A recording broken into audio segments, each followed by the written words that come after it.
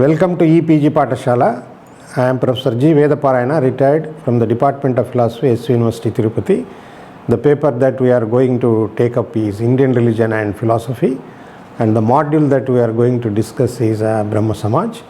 Brahmo Samaj is one of the movements in Indian Renaissance, Indian regeneration of culture, religion, and social situation in the 19th and early 18th century. And the founder of this institution or movement is Raja Ram Mohan Roy. And we are going to discuss the following objectives in this module. First is Raja Ram Mohan Roy, and second point is Brahmo Samaj, and third is its religious reforms, social reforms, and then Adi Brahmo Samaj of Devendranath Tagore and Brahmo Samaj of Keshub Chandra. These are the points that we are going to discuss one after another.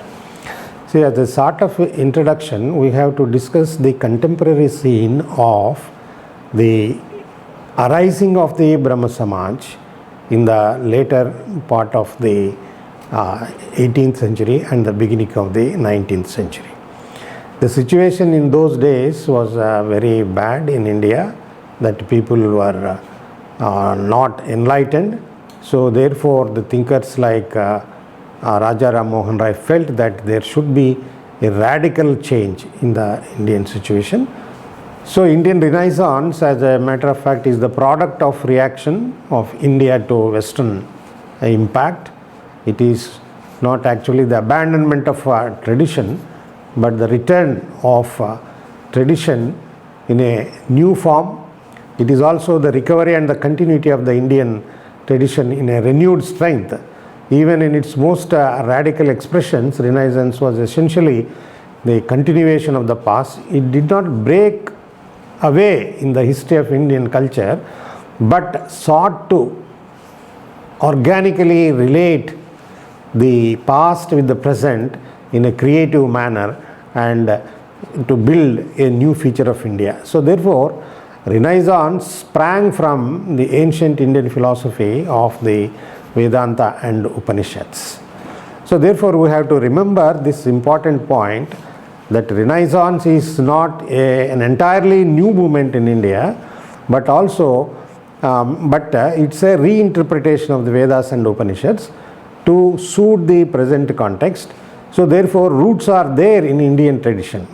The roots are not cut off from the Indian tradition. It's the westernization of the Indian tradition, we should say.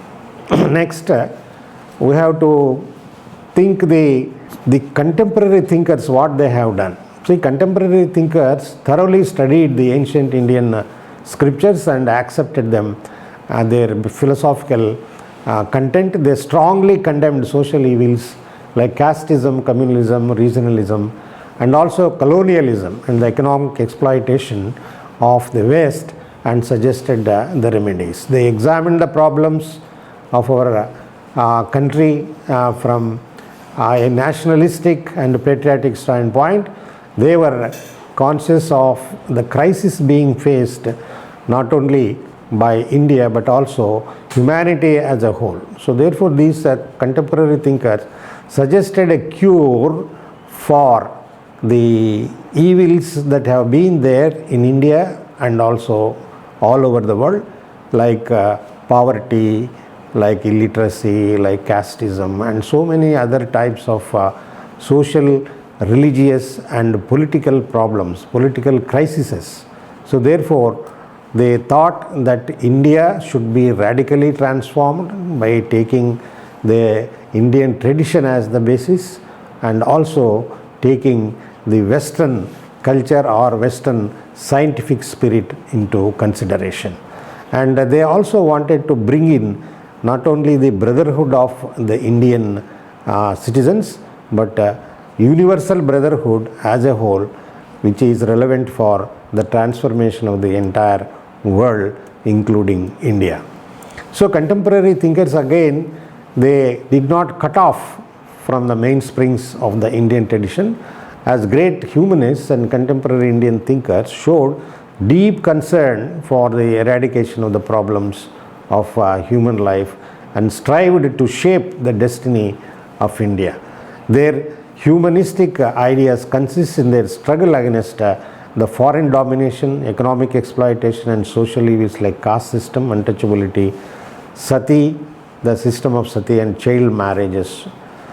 It represents, that is Renaissance represents not only the nationalist mainstream of pre-independent period, but also it reflects the totality of the Indian spirit and civilization. It's a synthesis of the ancient Indian values with modern Western science in a creative and productive manner, in the sense that they wanted to keep both the tradition, that is the Indian tradition and Western tradition, alive, because they are mutually complementary, not contradictory to each other. The West has to learn from Indian tradition and the Indian tradition has to learn from the Western scientific spirit and scientific discoveries and also the scientific civilization that has given by the Western thinkers. So Raja Ram Mohan Roy is one of the pioneers of Indian Renaissance, because he went to West and studied there. Therefore he saw that Indian situation is very bad and India has to be radically transformed and reformed to its roots, at the same time by not totally cutting off from the Indian tradition. And Raja Ram Mohan Roy, in a matter of his details, he was born in a small village called Radhanagar in Bengal in 1772. He belonged to the family of a Brahmin. He mastered almost all prime languages of the world, that is Sanskrit, English, Hindi, Persian, Hebrew, Greek and Latin, and he made use of the knowledge to study the religious books, the knowledge of many languages. He utilized it to study all the religious scriptures of all major traditions in the world. And he was the first religious reformer of the 19th century, and his efforts left a deep impression upon the social and political and religious thinking of India.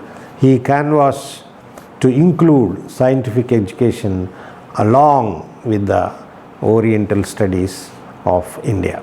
And as a social reformer, Raja Ram Mohan Roy focused on the deplorable condition of women particularly, and he campaigned for the abolition of sati, child marriage, and for female education, against the practice of priestly hypocrisy and also idol worship and ritual and sacrifice. As a staunch champion of the freedom of press and expression also, he liberated the countrymen from the shackles of orthodox, dead tradition and a blind practice of the traditional beliefs.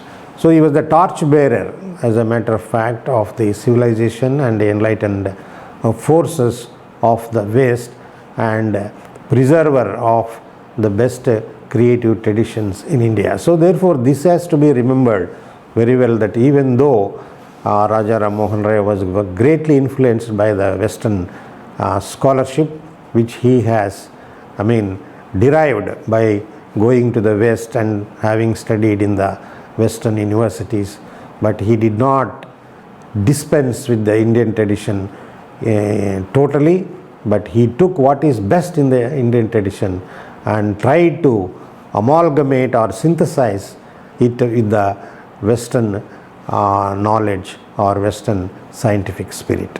He has humanized religion, rationally interpreted the past, and also he extended the reason to understand the problems and also giving solutions to social political situations or crises.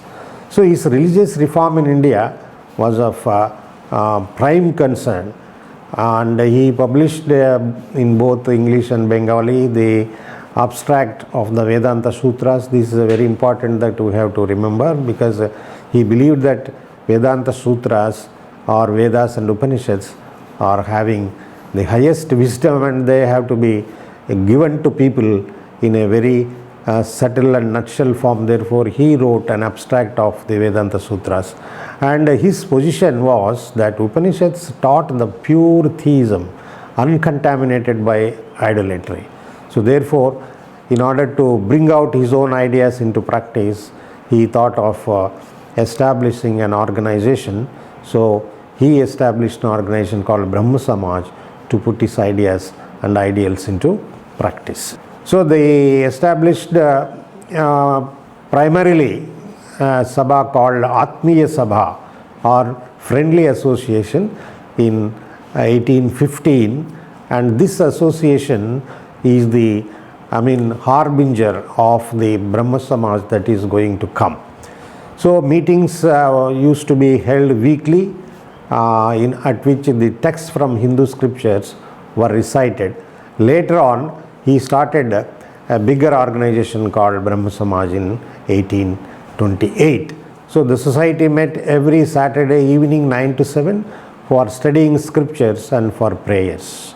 And the service was in 4 parts. What they were doing between these 2 hours consisted of 4 activities. That is, one is chanting of the selection from Upanishads in Sanskrit, and also translation of these passages into Bengali, and a sermon in Bengal. And the 4th one is singing of theistic hymns in Sanskrit and Bengali, composed by Roy himself and his friends. So the Samaj was not an official organization, and it had no membership or the hierarchy or the creed so far. So it was only a simple organization which concentrated on some prayers and also reciting and studying the Vedic scriptures. So the Samaj stressed the universal brotherhood, equality of all, and the existence of single God, and gave a new vision to religion of people. You see, religion is not religion of only Hindus or particular group of people, but a religion of people he wanted. So he concentrated on another important activity of comparative study of religions. So he wanted to know what is there in other religions also. Having been highly educated in all languages, so he studied the scriptures of other religions also, like Christianity, Islam, and Zoroastrianism, other Sikhism and all that. And therefore he compared all these religions with each other. He studied Buddhism also, Jainism also, and with his creative perception of scientific achievement of the West, he aimed to bring about social, political and cultural reform also. So the first temple of universal worship of the one God without the second. So this is the important point that we have to bear in mind. Brahmo Samaj was the first temple of universal worship of one God. So first meeting of the Samaj was attended by more than 500 people, which was a very great thing in those days. And it aimed at bringing about a radical transformation of Hinduism and appealed to Indians to return to pure religion of their forefathers. And Roy studied, as I have already said, other major religions, and impressed by the Islamic Mutaliziate school of thought that strongly advocated rationalism and free thinking among Muslims of the 19th century. He went to Tibet also to obtain information about the doctrine of Buddhism. Christianity played an important role in molding his religious outlook. He described Christ as the greatest humanist and the epoch-making guide of people. So Samaj was to create a new religion on the basis of rational interpretation of the scriptures. So Samaj laid a great stress on the comparative study of various religions, as I mentioned earlier. Samaj recognized monotheism or monism as the foundation of true religion. And therefore, in 1804, the Samaj brought out the important work entitled Tofatul Muhawuddin, which means a gift of the monotheist. So main thesis of this book is that God is one, though different religions worship him in different forms. Samaj insisted on testing every religious dogma with reason and experience, taking all that is best in all religions and accepting that every religion contains certain amount of truth which is the same as God. And also Samaj came to visualize the necessity of the universal religion and cosmopolitan outlook. It functioned on the idea that all religions preach the common message and their followers are all brothers and sisters. It also held that original scriptures of all religions are revelations of the one universal religion. So this is the greatest contribution that Raja Ram Mohan Roy or the Brahmo Samaj in particular that has contributed. So it did not dispense with the other religions. It recognized the importance of other religions and it took the essence of other religions into consideration. But at the same time, Raja Ram Mohan Roy believed that what the Vedas and Upanishads or what Hinduism preaches is the best of all religions, and it also contains the highest essence, the wisdom of all religions. So Samaj began to champion the ideal of religious liberalism. This is a very important point that we have to bear in mind. Even in religion, there can be liberalism in the sense we have to give space to other religions also. So Ram Mohan Roy's greatness lies in teaching liberalism even in respect of religion in the 18th and 19th centuries itself. We are now talking about liberalism in politics or nationalism, but Ram Mohan Roy taught liberalism in religion itself. So he attacked ignorance, dogmatism, hypocrisy and ritualism in religion. He tried to bring Hindus back to the purity of ancient Hinduism. He also tried enlightening the Hindus by making them familiar with the sublime truths of Vedas and Upanishads. He repudiated idol worship, preached religious toleration and Catholicity. Catholicity means being very inclusive of all religions, not excluding people, saying that only Hindus are greater or superior to others and others are not allowed to take part to know what is there in Hinduism or Hindu scriptures. So he repudiated idol worship and preached religious toleration and Catholicity, regeneration of old values to revive self-confidence among the Hindu people, seeing the truth contained in other religions like Islam, Christianity. The Samaj found out a solution to the various problems confronted by the Hindu society. So he harmonized the theistic elements common mainly to the faiths, namely Hinduism, Christianity and Islam.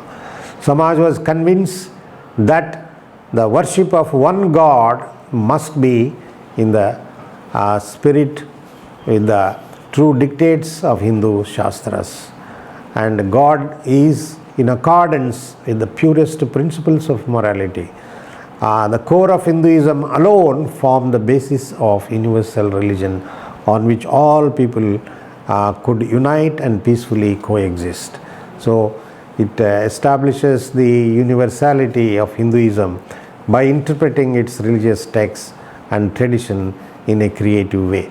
So these are some of the very important religious reforms that Brahmo Samaj Raja Ram Mohan Roy in particular, and also its members tried to bring about. So some more religious reforms, or Samaj was known for socio-cultural and political transformation of India also. I mean, apart from the religious reforms, we are going to take up social reforms now.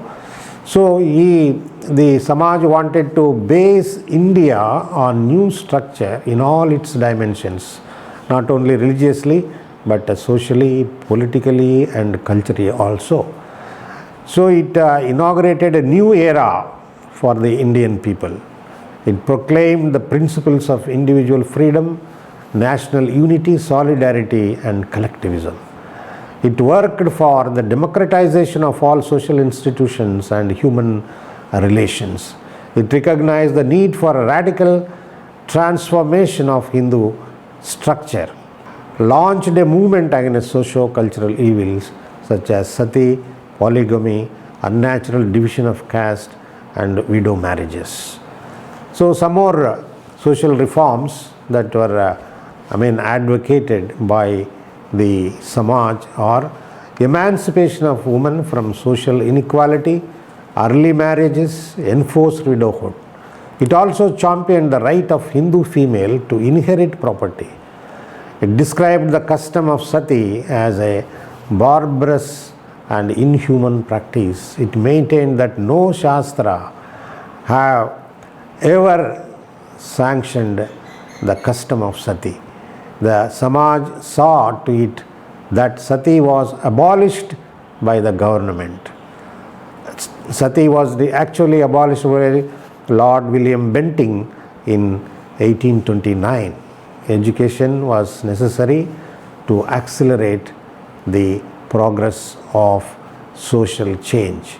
So these are the very, very important changes that Raja Ram Mohan Roy with the Samaj brought about, particularly in the case of women, eradication of the practice of sati. It is the greatest achievement, and also inheritance of property by the woman. Right for property for women, right for education, all these things were the great contributions on the social side. So some more achievements of the Samaj was, it took up the cause of Western education for women. It believed that English education was essential for intellectual and cultural reawakening of the people of India. It stressed the importance of liberal and enlightened system of instruction consisting of mathematics, natural philosophy, chemistry and anatomy. So it believed proper education was essential to bring self-awareness in the people and also restore justice and equality in society. So Roy established Hindu College in 1817 with the help and guidance of David Hare. So he felt the need to have a good institution in order to give good education to Indians, particularly women. So therefore he established that college with the help of the Westerner called William Hare. So he strived to end the system of polygamy. That is, polygamy means a man marrying many wives and neglecting the woman. That custom of polygamy was radically removed by the Samaj as a social achievement, and it worked for the removal of untouchability also and the vagaries of the caste system. It believed that caste system was doubly evil as it created inequality, divided people and deprived them of patriotic feeling. It thought that weeding out of corrupt elements from Hindu society was possible only by preaching the Vedantic message of worship of one God. It tried to laying foundation for the unity of Indian society, which was divided into divergent groups of mutual exclusion and discrimination. So these are the very, very important social evils that the Samaj fought against, particularly even caste system was attacked, because caste system not only divides people, it is also a barrier to the idea of nationhood. People cannot think themselves that they belong to one nation as long as caste persisted. So therefore, even in those days itself, the Samaj fought for the removal of this custom of caste and also untouchability. Samaj brought out a journal in Bengal, Persian and Hindi languages, and also English language, to spread scientific and literary and political knowledge. It strived to eradication and restriction of freedom of press and expression. Samaj gave rise to national consciousness among the people of India. Politically, this is also important that Brahmo Samaj stood for liberalism, as I already mentioned, liberalism not only in religion but also liberalism in politics also. So it believed that a British rule could lead to the amelioration of the Indian masses. So this is the very important point that we have to bear in mind, that Raja Ram Mohan Roy or Brahmo Samaj had the courage of proclaiming that British rule was not totally bad, totally a negative factor, because it also contributed for the development of India, for the enlightenment of India. Because of the British rule, we could learn English and also some of the major texts or major literature from the West, which has really helped Indians to know what is scientific spirit, what is civilization apart from our own religious texts. So therefore he praised the British rule against many people who were totally against the British rule in India.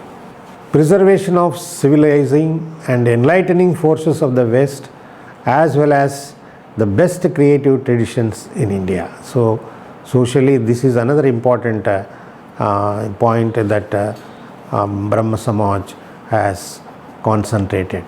And it also believed that modernism should strive to eradicate the barriers of division among people and lead the entire humanity to salvation. Brahma and Dharma are not different. This is another thing that it taught. Samaj stood for the unity not only for Indians but also entire human race, humanized religion and the rational interpretation of the past, extension of reason in understanding and solving religious, social and political problems. And it marked the beginning of a continuous movement of modern civilization in India. Then this is a very important thing that we have to bear in mind, that Brahmo Samaj taught Brahma and Dharma are not different. In the sense, Dharma is generally understood as a social concept. Dharma means justice. A just society is possible only when it is based on the religious or transcendental or spiritual concept, that is Brahman. So, important contribution for social reform by the society or Brahmo Samaj is that it identified Brahma and Dharma, that is religion and society are one and the same. A person should be both religious and also socially good. Only religious person can be socially good. He should be a good citizen. So therefore it has synthesized both religion and politics, or religion and society. Then we move on to another branch, that is Adi Brahmo Samaj of Devendranath Tagore. So what happened after the demise of Raja Ram Mohan Roy? What are the changes that have taken place in Brahmo Samaj? Who has taken over his successors and all that? So the immediate Samaj that followed is Adi Brahma Samaj, which was established by Devendranath Tagore, one of the great followers of Raja Ram Mohan Roy. So when Raja Ram Mohan Roy died in Bristol after a brief illness in 1833, Devendranath established a new society called Tattva Bodhini Sabha, or in English it is called Truth Teaching Association, in 1839. It used to meet weekly for religious discussions and once in a month for prayer. The Sabha started with only 10 members and the number soon rose to 500. In 1842, Devendranath and his young friends of the Sabha joined Brahmo Samaj. Two societies worked together in tandem with common objectives. So Devendranath was soon recognized as the leader of the society, and he became the Acharya or master of the Brahmo Samaj. Then he started a monthly journal called Tattva Bodhini Patrika and established a Vedic school. He espoused the belief that original Hinduism was pure spiritual theism and did not share Roy's deep reverence for Christ. It believed India had no need of Christianity. After some time, Devendranath drew up what is known as Brahmo Covenant, a list of solemn oaths to be taken by everyone who is a member. The members of the Tattva Bodhini Sabha were the first to take the oaths. The new organization came to be known as Adi Brahma Samaj, formed in 1843. It introduced a brief form of prayer for the Almighty called Brahmopasana. The main teachings of Adi Brahma Samaj are as follows. One is, these are the main principles. In the beginning there was not, which means there was nothing in the beginning, and there was only one supreme God existed, and he created the whole universe. He is the God of truth, infinite wisdom, goodness and power, eternal and all pervading, the one without the second. In his worship lies our salvation in this world and in the next life also. Loving him and doing that which he loved constitutes his worship. God has never become incarnate. God hears and answers prayers. Nature and intuition are the sources of knowledge of God, and no book is authoritative as far as God is concerned. See, these are the important points that we have to bear in mind. The Devendranath Tagore, he just synthesized God and nature, and it may be called even pantheism, in the sense nature has to be given importance in order to understand what is God. And also he was against the concept of incarnation, which means God came to this world or comes into this world in various forms, in various incarnations. No, God never incarnates. This is the important thing that we have to bear in mind as far as Adi Brahma Samaj of Devendranath Tagore is concerned. So next we move on to another form of Brahma Samaj, that is Brahma Samaj of Keshub Chandra Sen. This Keshub Chandra Sen joined Brahma Samaj in 1857, who was born in 1838, and in a well-known Vaishnava family of Vidya caste in Bengal, and he developed a youth movement of delivering and addressing preaching about the Brahma Samaj, and he also published journals like Young Bengal, This Is For You, which attracted large number of young men. With the spirit of social service and social reform, it is the bounden duty of every theist that one has to serve the society.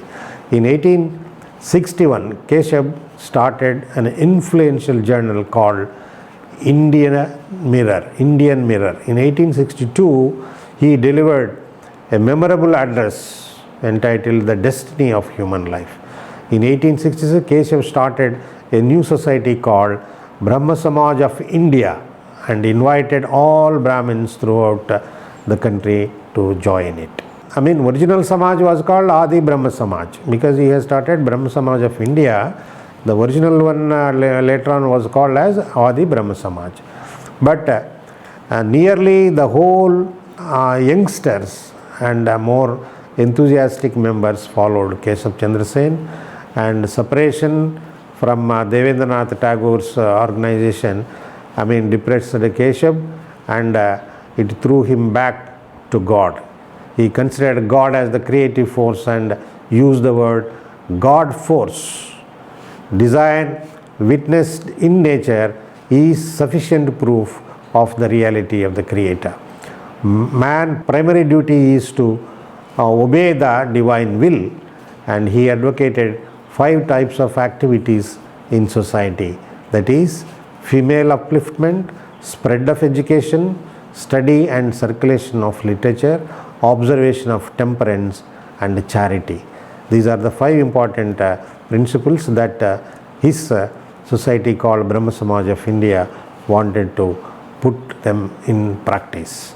And apart from those, he has also advocated several other principles to be followed, that is, political freedom, and also he opined that the British rule in India was a blessing in disguise. He was the champion of liberty, both individual and national. He was a cosmopolitan and a humanist.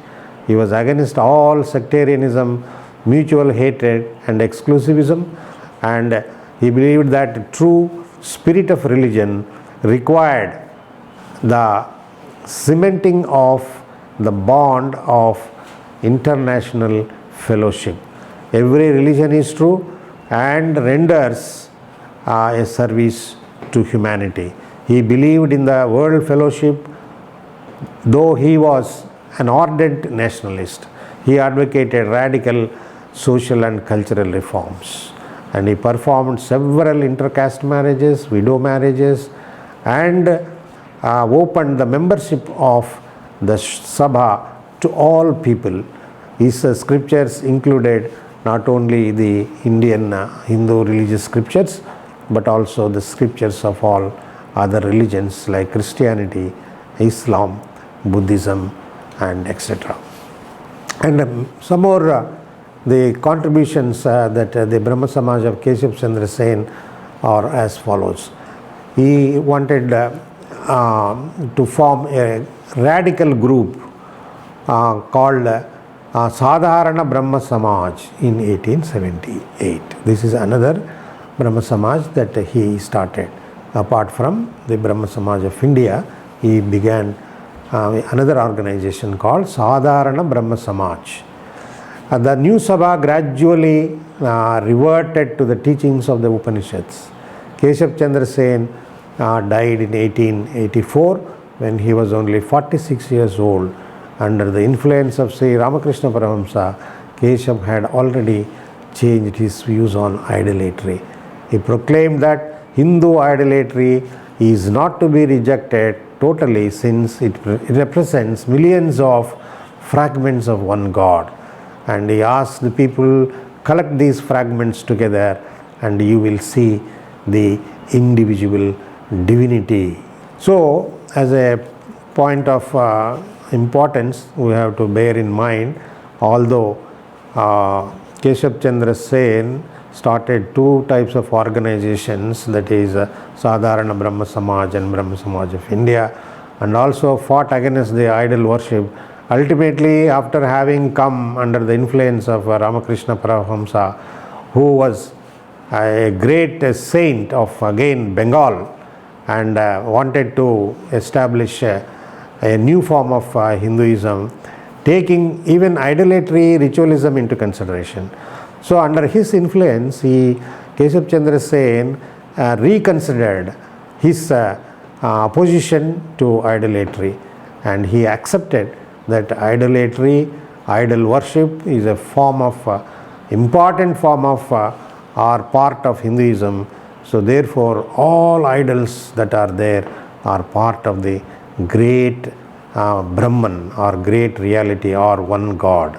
These are the pieces. You collect them together, you will see that there is oneness in all these pieces also. This is the important point that we have to bear in mind. So in conclusion, we can say that Brahmo Samaj attempted to radically transform in the society, and there was not a single evil that has been left out by the Brahmo Samaj as a whole in its three forms. So it crusaded against the practice of sati, polygamy, marriage of minor girls, caste system, untouchability. It envisaged intercaste marriages, education of women, and remarriages of widows, and the practical measures of removing the social evils of every kind, and adoption of all possible means to propagate religious and social reforms. So it succeeded in creating momentum against the social and religious evils in India, and it paved the way for the age of enlightenment in India. So as a matter of summary also, we can say that Brahmo Samaj has paved a new way to Indian society in all its spheres on the basis of the Vedas and Upanishads, and it taught God is one and every religion possesses truth. Idol worship and ritualism are useless and social evils which have no connection with religion. It glorified the ancient Indian culture of India, developed confidence among Indians towards their own religion. It participated indirectly in the resurgence of Indian nationalism, and great thinkers like Jeremy Bentham admired the effort of Ram Mohan Roy, and also the father of nation Mahatma Gandhi also greatly appreciated the contribution that Brahmo Samaj has made for the renaissance of India, for the enlightenment of Indian people, and for the social, religious and cultural reconstruction of India. Not only that, even the political field, it brought in a kind of liberalism in politics, and it spiritualized politics also, in the sense that it has taken the traditional truth, the spiritual truth, as the basis of politics and social activity for citizenship and all kinds of eradication of the evils. And it also gave importance to the education of the people, particularly the education of women, which should be the basis for the transformation of any society. So even in those days itself, talking about women education and liberating women from all kinds of social evils like sati sagamana, or fighting for remarriages and eradication of child marriages. Thus Raja Ram Mohan Roy and Brahmo Samaj in all its forms, that is Keshub Chandra and Devendranath, Tagore, all these people have contributed richly for the reformation of Indian society. Thank you very much.